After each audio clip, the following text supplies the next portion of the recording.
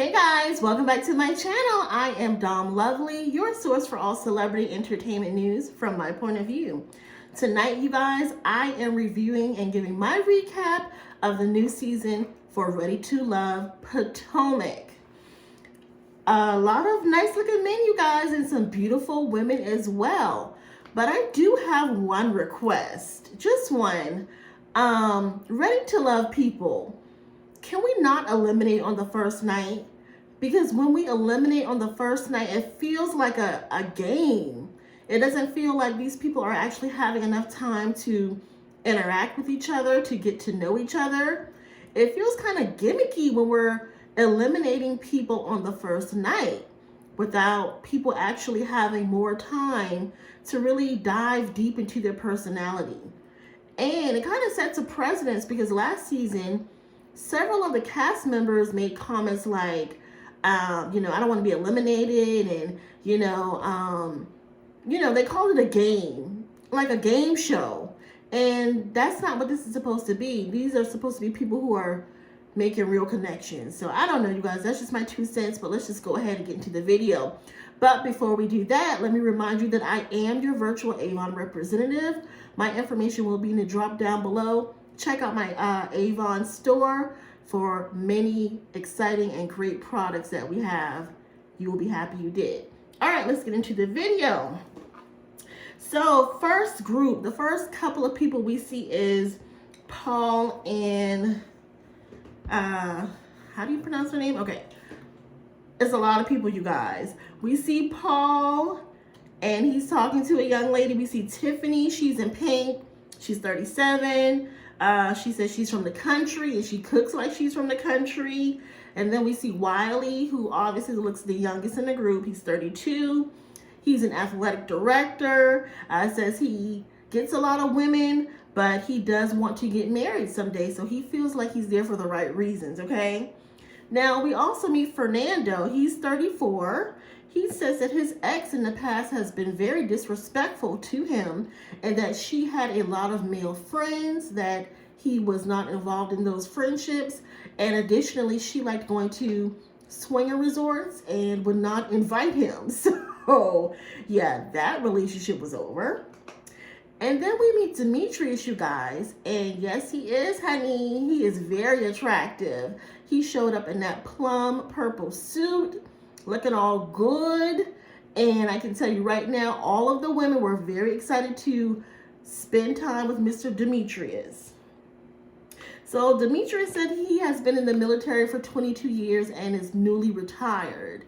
He says that he was not able to really, kind of show himself while in the military. So now this is his time to kind of get out and, meet women and meet other different personalities. Sabrina, she is looking for a lot of things, and she has a list. I won't say a lot of things because these are things that most women want in a man, right? So Sabrina says she's looking for consistency, consideration, and a man that loves black people. That's funny, yeah, and that's at the top of her list, and I totally agree. Sabrina gives me kind of like girl next door. She just has kind of like a calm personality, seems really cool. And I can see where she'll probably be a lot of the guys' top pick. So then we meet Laverne. Laverne is really cute, and he has really nice teeth. He seems authentic, and he's enjoying conversation with Sabrina right out the gate. They seem to have like a, little connection. He has the bald head and the beard. So, Laverne he's very nice looking. So then we meet Clifton, you guys. Clifton is a big guy, a big teddy bear. And yes, his voice does give James Earl Jones. So when Clifton pulls up, the guys are like, okay, well, we got some competition now. And they do, because Clifton seems really nice and down to earth, okay? So we're starting this season different from they did before. Normally it would be 10 women and 10 men. However, this season, I guess the slogan is we want quality over quantity. And so they've decided to open up the show with 7 men and 7 women. I have no doubt that they will bring in some other people as we get further into the season. But for right now, we have 7 men, 7 women. And like I said, in my opinion, it's just not enough time to get to know really anybody. But 2 people are going home tonight. So we see Fernando and Joyce kind of chatting, and she says that she's a professional singer and she's open to having kids. You know, we are getting a lot of women that are saying that they're open this season and last season. And, you know, to me, and especially the women for a particular age, it's like, can you just say whether you want kids or not? You know, I guess, I mean, you know, I'm open depending on the guy, and I get that, you know, but she says she's open to having kids depending on the man. So Kina and Wiley are chatting. Kina says that she feels that Wiley is kind of young and she's not a cougar, so, you know, she's not really giving Wiley any play, and he immediately picks up on it and says that, you know, her energy was just off and he wasn't really feeling her. Wiley says that Kina does not have good vibes. So yeah, they're not a match, clearly. Moving on. So the connections, you guys. Sabrina and Demetrius, who is 42, says he was married, and that marriage actually ended due to his own fault. He's very transparent and truthful about the situation and blames himself for that. Sabrina says that she has been married as well, and they married pretty young, and so there just wasn't, you know, they just didn't have a lot in common after those years had gone on because they got married so young. Precious and P.O. Now, why Paul decided to run around calling himself P.O., because that can mean so many things, but he said it's like the post office because he always delivers. Corny, right? Paul is attractive enough, and that's why I say they need more time to connect with these people, because, you know, he was just trying to bring a little humor, but yeah, some of the women weren't really feeling him, and it's like, Paul, just say your name is Paul. The whole P.O. thing, it's not going over well. Not at all. All the ladies are saying they're not feeling Fernando and Paul, but this is at the point where Tommy has kind of met with all the ladies. Now, they're saying that they're feeling Demetrius. Sabrina says he was, you know, already being very vulnerable and accountable. They also like Clifton. They say that he's easy to talk to, super funny. And then Precious mentioned Tory because they had the mom connection. So, you know, the ladies aren't really feeling Fernando and P.O. Paul. But I did want to mention Precious and Tory because they had a really good conversation. Tory spoke about his mom not being really active in his life and how he was raised by his grandmother. And Precious could relate to that because she said that she was actually raised by her aunt. So, you know, she also feels like because of that, she's on the fence about having kids because of what she experienced. She would want her child to know that her mom is there. Yeah, I thought it was a nice connection, Precious and Tory. Will they continue that? I don't know. But anyway, so back to Tommy gathering the ladies. So they reconvene and it's time for one of the men to go home. And after speaking to the ladies, they eliminate Fernando, who is 34 years old, a risk analysis, and he says he is absolutely ready to love. It just goes so quickly, you know, like, that's why I say it's becoming like a chess game. Like, I don't know, speed dating not really a show where people are actually really taking the time to do a deep dive and make real connections, because, Fernando had some good qualities about him. But anyway, the ladies didn't see it that way. Okay.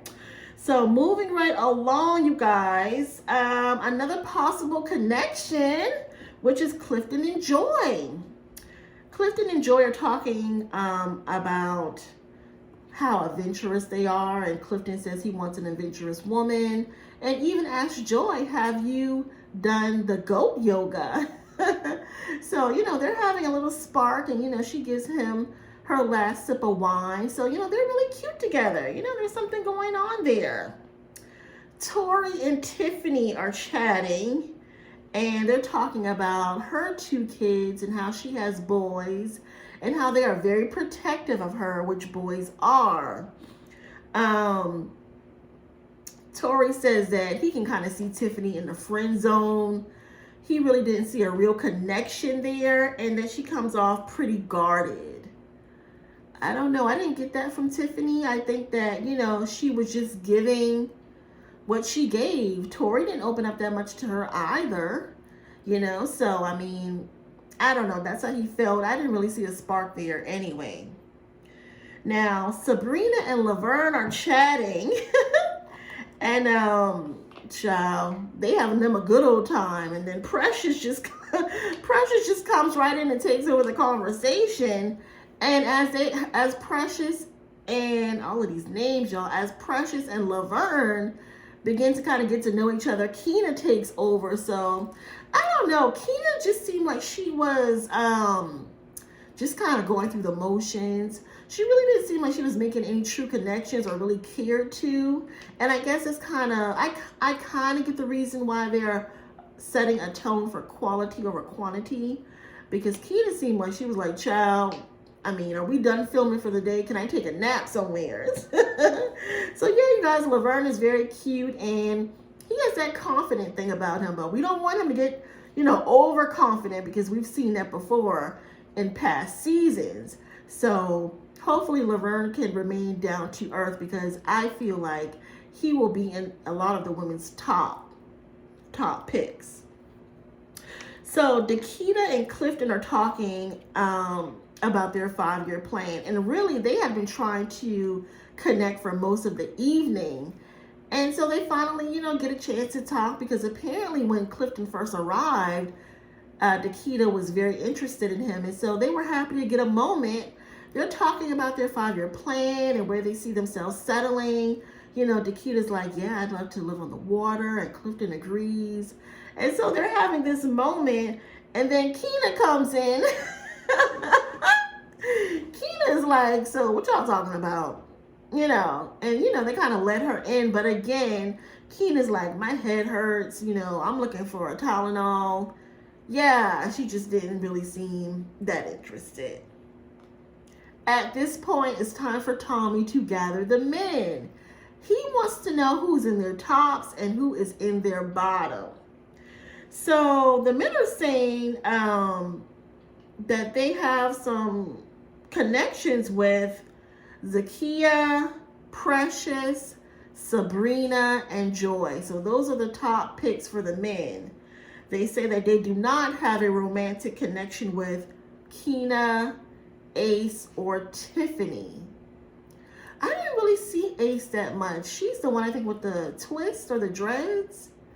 I didn't really see her interact that much, except for with Paul, when Paul was kind of rude to her, and he was like, so were you the reason your marriage ended? He came off a bit harsh. And so, I don't know, just a little awkward. Like I said, a lot of the women weren't feeling him anyway. So, Tommy gathered the group, and it was time to decide who was not ready to love. And they decided Kina was not ready to love. She says that she realizes that she is a bit guarded and can be nonchalant, but that she has learned that she needs to open up and put herself out there more. So you guys, on this first episode, we had Fernando and Kina to leave the group. I don't know. We'll see. I hope they bring more people to the mix. I understand the quality versus quantity. It seems like a lot of these ladies are leaning more towards Demetrius and Clifton. I don't know. We have some possible connections, you guys. Drop down in the comments and let me know what you think. Don't forget to subscribe to my channel. Check out my Avon page. Click the notification bell, and we will chat again soon. Bye.